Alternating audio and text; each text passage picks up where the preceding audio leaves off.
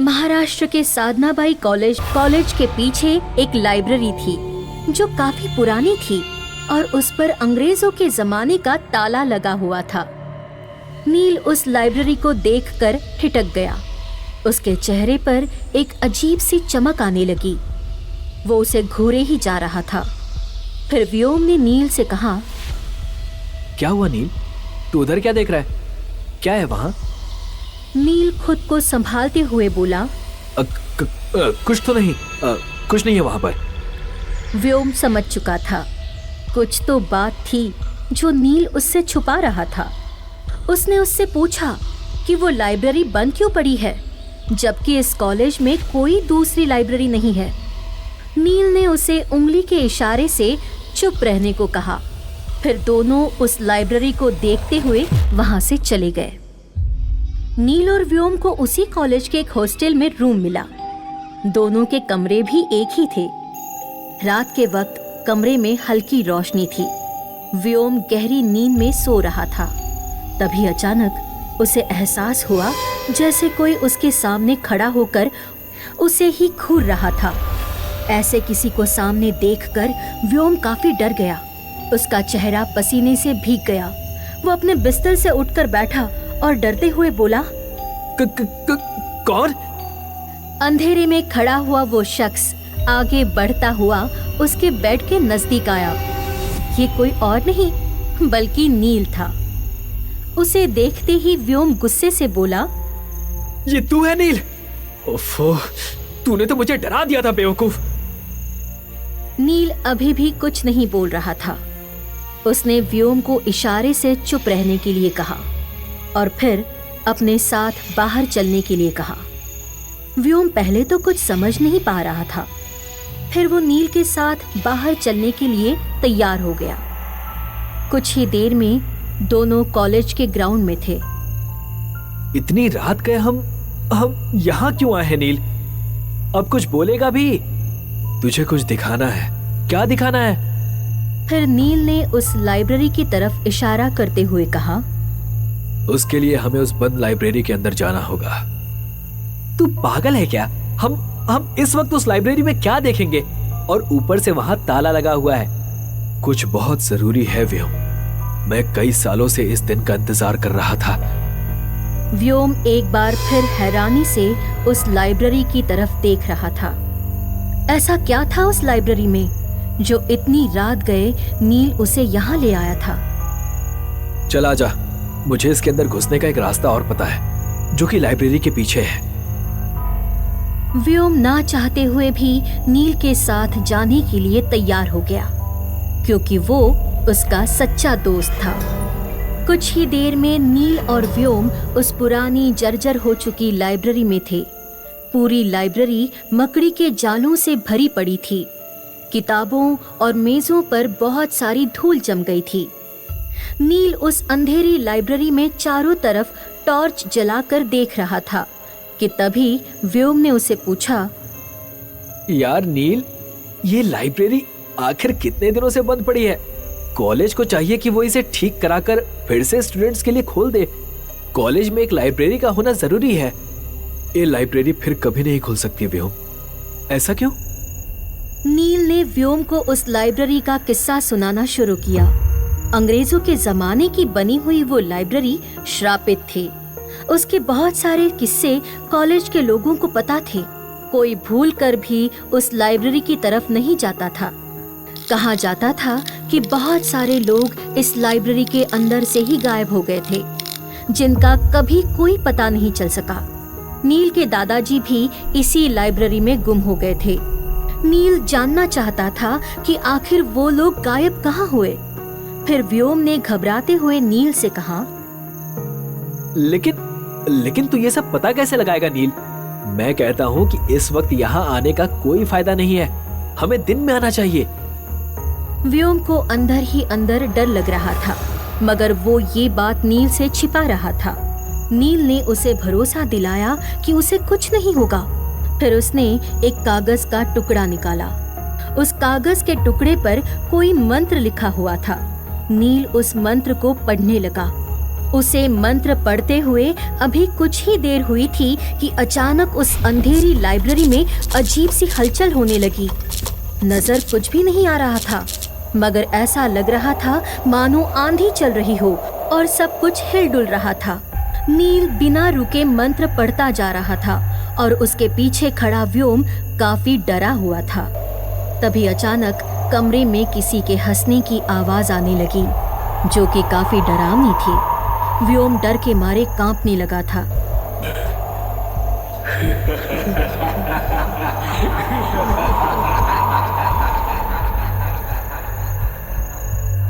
नील लगातार मंत्र पढ़ रहा था। वो हंसने की आवाजें रैक में रखी हुई किताबों से आ रही थी। तभी अचानक रैक में रखी हुई एक किताब से मरमराती हुई आवाज आई। मैं कहता हूँ चला जा यहाँ से, चला जा। आवाज सुनकर व्योम का खून जम सा गया। उसने चीखते हुए नील से कहा,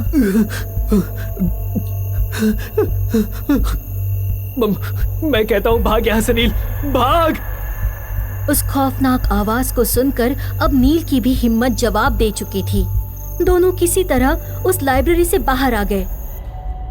नील और व्योम वहां से किसी तरह जान बचाकर अपने कमरे में आ गए। नील चेयर पर बैठा हुआ किसी गहरी सोच में डूबा हुआ था और व्योम उसके सामने खड़ा हुआ गुस्से में बोल रहा था। आज तेरी बेवकूफी के चक्कर में हम दोनों की जानें चली जाती। मैं पूछता हूँ क्या जरूरत थी तुझे इतनी रात गए उस भूतिया लाइब्रेरी में जाने की? जो भी लोग वहां से गायब हुए हैं, जब उन्हें पुलिस नहीं ढूंढ पाई तो हम कौन होते हैं? नील चुपचाप व्योम की बातें सुन रहा था। फिर उसने अपना किस्सा सुनाना शुरू किया कि कैसे जब वो 10 साल का था तो उसके दादाजी इसी लाइब्रेरी से गायब हो गए थे। वो इस कॉलेज के कई सारे लोगों को जानता था जिनका एक वक्त के बाद कभी पता नहीं चला। उसने अपने बचपन में ही ये कसम खाई थी कि वो इस लाइब्रेरी के रहस्य से पर्दा हटाकर ही रहेगा।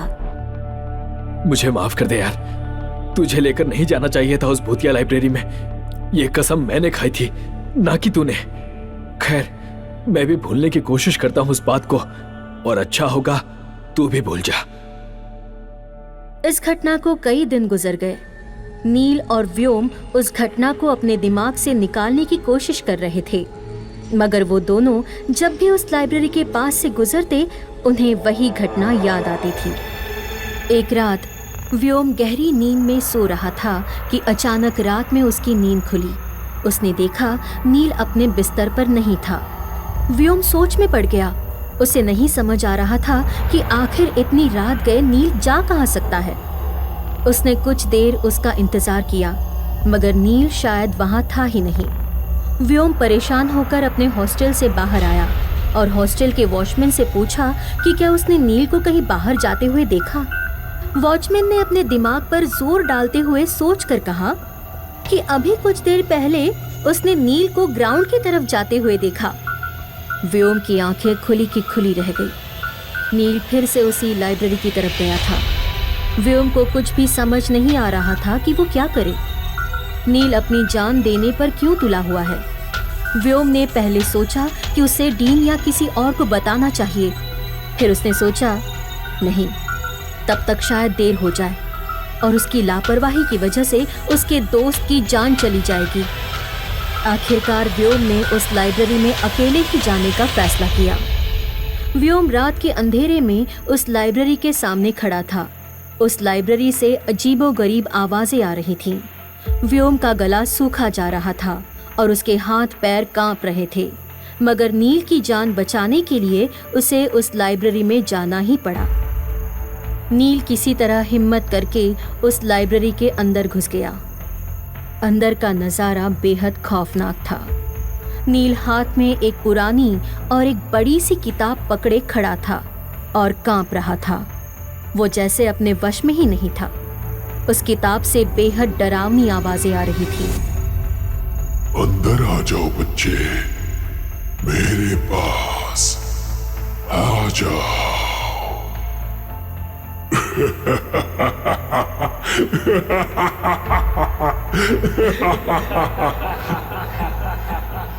नील को देखकर व्योम काफी डर गया था। उसे समझ ही नहीं आ रहा था कि वो क्या करे। उसे देखते ही देखते अचानक किताब से सफेद बर्फ जैसा धुआं निकला और वो धुआं नील को अपने अंदर खींचने लगा। व्योम घबरा गया। उसने पास जाकर किताब में समाते हुए नील का हाथ कसकर पकड़ लिया। व्योम उसे बचाने की कोशिश कर रहा था, मगर देखते ही देखते नील के साथ वो भी किताब में समाता चला गया। दोनों की जोरदार चीख से लाइब्रेरी गूंज उठी।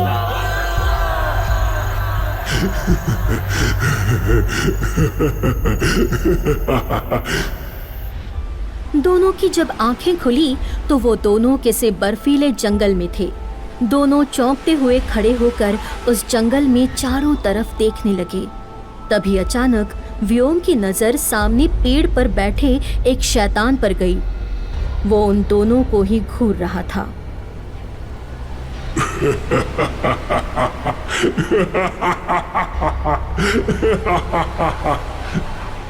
आखिर तुम आ ही गए मेरी दुनिया में। काफी दिन बाद कोई शिकार आया। यहाँ एक बार आने वाला कभी भी बचकर बाहर नहीं निकल पाता।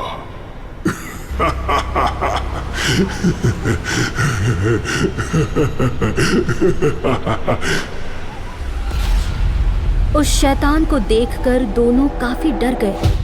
वो वहां से भागे, मगर तब तक वो शैतान भी पेड़ से नीचे उतरने लगा। दोनों उस घने जंगल में बेतहाशा भागते जा रहे थे। वो शैतान उन दोनों की जान लेना चाहता था। दोनों दौड़ते दौड़ते बिल्कुल बेदम हो गए थे। फिर व्योम ने नील से हाँफते हुए कहा, नील, क्या वो शैतान सच कह रहा था? क्या हम यहाँ से कभी बाहर नहीं निकल पाएंगे? रास्ता है व्योम। वो किताब अगर हमारे हाथ लग जाए तो हम यहाँ से बाहर निकल सकते हैं, मगर उस किताब का मिलना लगभग नामुमकिन है। मगर तूने मेरे लिए अपनी जान दांव पर क्यों लगाई?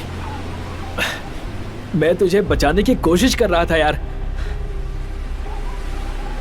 बातें करते हुए वो दोनों जंगल में धीरे धीरे आगे बढ़ रहे थे। वो जैसे ही एक बड़े से पेड़ के पास से गुजरे, उन्हें आवाज आई। ये आवाज उस पेड़ की थी। कैसे हो नील? दोनों चौंक पड़े कि कोई पेड़ बात कैसे कर सकता है। दोनों डर गए थे। फिर से उस पेड़ से आवाज आई, मुझसे घबराओ मत मेरे बच्चे। मैं तुम्हारे दादाजी की आत्मा हूँ जो इस पेड़ में कैद है। तुम्हारी तरह मैं भी उस शैतानी किताब के जरिए इस दुनिया में आया था जहाँ राज चलता है शैतान तंबोला का। मैं किसी तरह अपनी जान बचाकर काफी लंबे वक्त तक यहाँ उस किताब को खोजता रहा, मगर मेरे जीते जी मुझे वो किताब नहीं मिल सकी। दादाजी, मैं आपको यहाँ बचाने आया था। मुझे लगता था कि जब आप मिल जाओगे तो मैं आपको यहाँ से वापस ले जाऊंगा, पर आप तो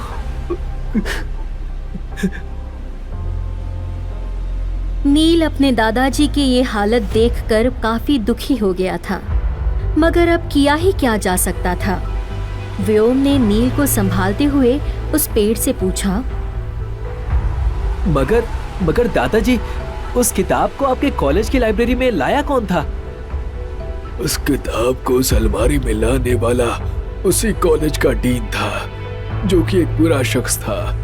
वो इस किताब की ताकत आजमाना चाहता था, मगर वो जो गड्ढा दूसरों के लिए खोद रहा था खुद भी उसी में गिर गया। अच्छा, अब तुम दोनों को यहाँ से जल्द निकलना होगा, इससे पहले कि वो शैतान तंबोला यहाँ आ जाए। मगर दादाजी, हम उस किताब के बगैर यहाँ से कैसे निकल सकते हैं? वो किताब मैं तुम्हें देता हूँ क्योंकि वो मुझे मिली मगर मेरे मरने के बाद। इतना बोलते हुए उस पेड़ के ऊपर से एक किताब नीचे गिरी। नील और व्योम ने अपने दादाजी को अलविदा कहा और फिर नील ने कोई मंत्र पढ़ते हुए उस किताब को खोल दिया। देखते ही देखते दोनों उस किताब में समाते चले गए। अब दोनों फिर से उसी लाइब्रेरी में पहुंच गए। व्योम ने खुश होते हुए नील से कहा कि हमारी जान बच गई। फिर नील ने कहा कि हम दोनों की जान बच तो गई, मगर अभी काम अधूरा ही है। हमें इस किताब को जलाना होगा। फिर उन दोनों ने मिलकर उस किताब में आग लगा दी। जब तक कि वो किताब जल नहीं गई, उसमें से भयानक चीखने की आवाज आती रही।